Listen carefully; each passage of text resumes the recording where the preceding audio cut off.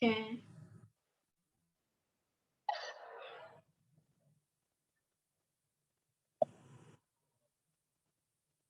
Bismillahirrahmanirrahim.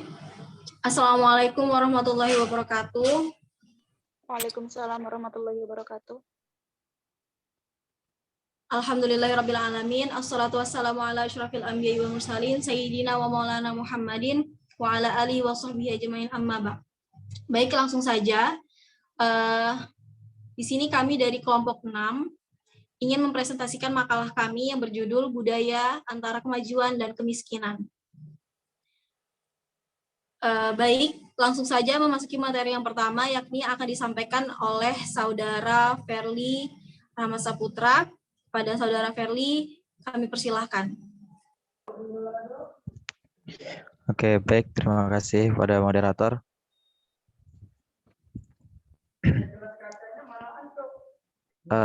Slide-nya bisa diganti, kah?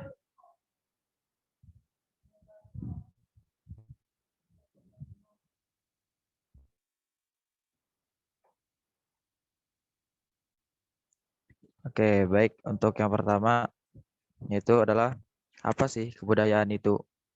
Nah, jadi kebudayaan secara etimologi, kata kultur atau budaya berasal dari bahasa Latin, yaitu colere, yang berarti mengolah atau mengerjakan. Kata kultur dalam bahasa Inggris juga dapat diartikan sebagai kultur dalam bahasa Indonesia, yaitu berarti kebudayaan. Lanjut.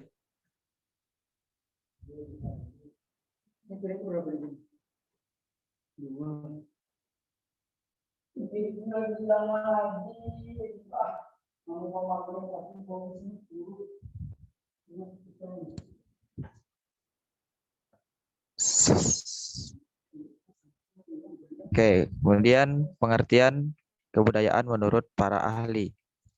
Jadi ada beberapa ahli. Yang di sini kami mengambil ada 3, yaitu pertama dari E.B. Taylor. Menurut E.B. Taylor, kebudayaan merupakan hal kompleks yang mencakup beberapa hal di dalamnya seperti kepercayaan, kesenian, hukum, moral, adat istiadat, serta kemampuan yang dapat diperoleh manusia sebagai bagian dari kelompok masyarakat tersebut. Kemudian yang kedua, dari Selo Sumarjan dan Sulaiman Sumardi. Menurut Selo dan Sulaiman, kebudayaan merupakan seluruh hasil karya, rasa, serta cipta dari masyarakat. Dan yang ketiga, menurut Ki Hajar Dewantara, buah budi dari manusia yang muncul karena adanya hasil alam serta kodrat masyarakat. Lanjut slide berikutnya. Ya, kemudian di sini masih ada lagi dari Koncaraningrat. Menurut beliau, kebudayaan merupakan keseluruhan dari perilaku makhluk seperti manusia, serta hasil yang dapat diperoleh makhluk tersebut melalui berbagai macam proses belajar, serta tersusun dengan sistematis dalam kehidupan bermasyarakat. Kemudian ada dari Persudi Suparlan. Menurut beliau, kebudayaan didefinisikan sebagai pengetahuan manusia sebagai ciri makhluk sosial yang dapat digunakan untuk dapat memahami dan menginterpretasikan berbagai hal di lingkungan, sehingga menciptakan sebuah pengalaman. Menurut Persudi Suparlan, kebudayaan juga merupakan sebuah landasan serta acuan seseorang dalam bertingkah laku. Kemudian yang selanjutnya, menurut Harjoso mendefinisikan sebuah kebudayaan dalam 7 poin penting. Lanjut. Adapun yang dimaksud tadi, budaya memiliki beberapa unsur. Adapun yang pertama, unsur kebudayaan sistem religi. Yang kedua, unsur kebudayaan sistem bahasa. Yang ketiga, unsur kebudayaan sistem pengetahuan. Yang keempat, unsur kebudayaan sistem ekonomi. Yang kelima, unsur kebudayaan sistem kesenian. Yang keenam, unsur kebudayaan sistem teknologi atau peralatan hidup. Yang ketujuh, unsur kebudayaan sistem kekerabatan dan organisasi sosial. Dan yang kedelapan, unsur kebudayaan sistem kemasyarakatan. Lanjut. Jenis-jenis kebudayaan. Oke, di sini jenis-jenis kebudayaan itu yang pertama jenis kebudayaan berdasarkan sifatnya. Kemudian yang kedua jenis kebudayaan berdasarkan wujudnya. Dan yang ketiga jenis kebudayaan berdasarkan lingkup persebarannya. Adapun untuk pembagian-pembagiannya bisa dilihat di makalah. Lanjut. Kemudian budaya sebagai sarana kemajuan dan ancaman bagi manusia. Pada abad ke-19, filsuf Hegel membahas budaya sebagai keterasingan manusia terhadap diri sendiri. Saat berbudaya, seseorang tidak memperoleh begitu saja apa yang disediakan oleh alam, namun ia wajib menggantinya dengan mengembangkan lebih lanjut. Dengan membuat demikian, akan tercipta jurang antara manusia dan dirinya. Itulah yang dimaksud dari keterlepasan atau keterasingan yang mengakibatkan terjadinya ketegangan yang terus-menerus. Lanjut.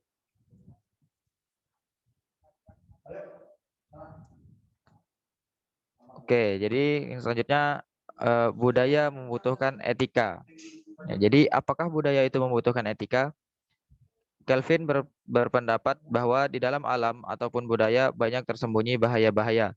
Dalam mempelajari alam dan budaya, manusia menjumpai aspek dosa yang terlihat di dalamnya. Kelvin sendiri masih membenarkan jika seni itu penting bagi kehidupan manusia, namun pemakaiannya harus dilakukan secara lumrah saja. Lanjut. Oke, jadi budaya ialah unsur dari kehidupan manusia, baik sebagai hal yang berharga sehingga harus dilakukannya, ataupun sebagai sesuatu yang tak berharga sehingga harus dihindari. Budaya wajib kita dekati, namun jika asal-asalan memaknainya dalam hal biasa berbahaya bagi kelestarian kita sendiri ke depannya. Van der Daal. Oke, jadi mungkin tadi itu materi dari saya kembalikan kepada moderator. Baik, terima kasih kepada Saudara Ferli. Selanjutnya, materi tentang budaya dan produktivitas akan disampaikan oleh Saudari Wafif Azizah. Kepada Saudari Wafif Azizah, kami persilahkan.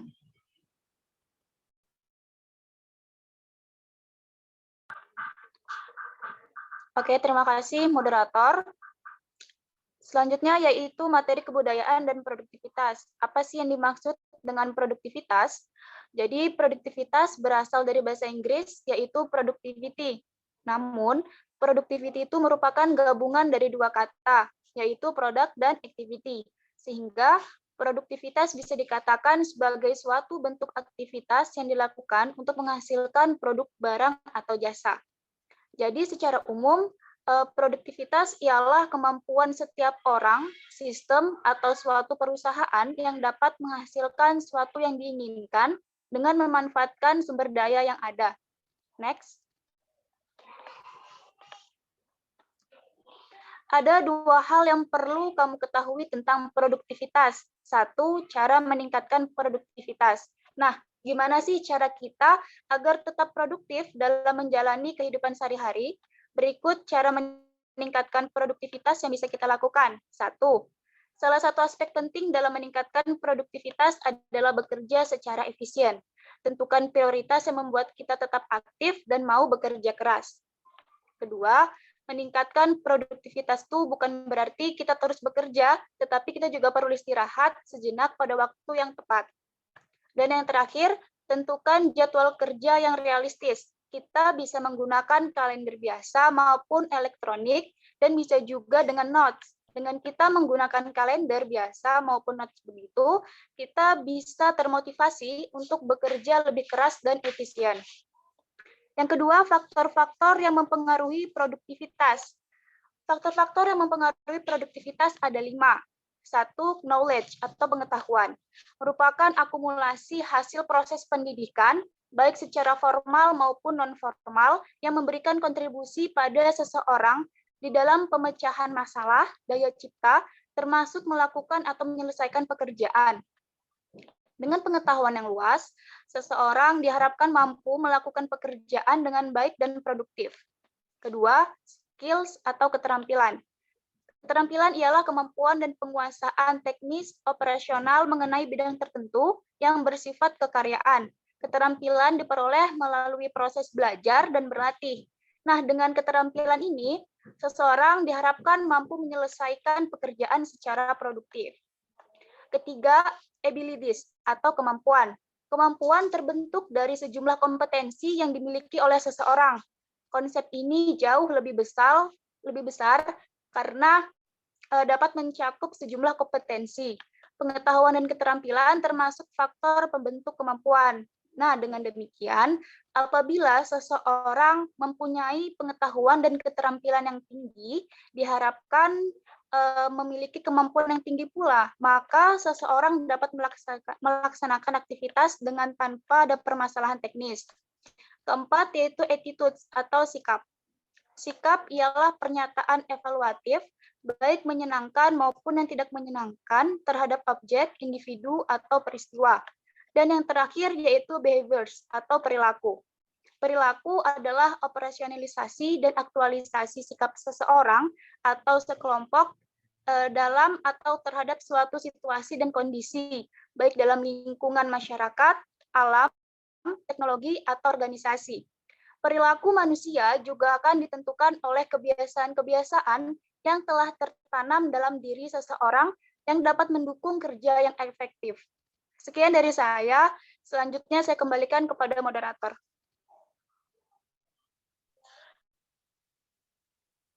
Baik, terima kasih pada saudari Wafid Aziza. Untuk materi yang terakhir, kali ini akan disampaikan langsung oleh saya sendiri. Kita memasuki materi tentang budaya dan kemiskinan. Kemiskinan sering dikenal dengan kekurangan, khususnya kekurangan bahan pokok seperti pangan, kesehatan, sandang, papan, dan sebagainya. Atau bisa diartikan bahwa kemiskinan ialah ketidakmampuan untuk mencukupi keperluan pokok hingga ia merasakan perasaan sengsara atau kemelaratan dalam setiap perjalanan hidupnya. Sudah banyak sekali upaya yang dilakukan oleh negara agar dapat memberantas kemiskinan. Tapi memberantas kemiskinan bukanlah hal yang bisa dengan mudah dilenyapkan sebab kemiskinan termasuk ke dalam masalah yang sangat kompleks. Agar dapat memberantas kemiskinan, setidaknya harus diteliti dari konteks masalahnya. Kemiskinan muncul dari berbagai macam faktor, di mana setiap faktornya membutuhkan penanganan yang eksklusif. Dimensi sosial dari kemiskinan dimaknai sebagai kekurangan jaringan sosial dan struktur yang mendukung untuk meraih kesempatan supaya produktivitas seseorang meningkat. Kekurangan jaringan tersebut dikarenakan oleh dua faktor penghalang, yakni dari pribadi seseorang atau kelompok, contoh seperti tingkat pendidikan atau hambatan budaya, dan hambatan dari luar kemampuan seseorang, contoh karena birokrasi atau peraturan resmi yang bisa menghambat mereka memanfaatkan kesempatan yang ada. Proses alterasi dari masyarakat tradisional menuju masyarakat modern berhasil dilaksanakan pada masyarakat di negara maju. Namun, pada masyarakat di negara yang sedang berkembang atau dunia ketiga, saat menuju modernitas, mereka menghadapi kendala sosial budaya berbentuk nilai-nilai tradisional yang amat kuat dan dalam setiap aspek kehidupan.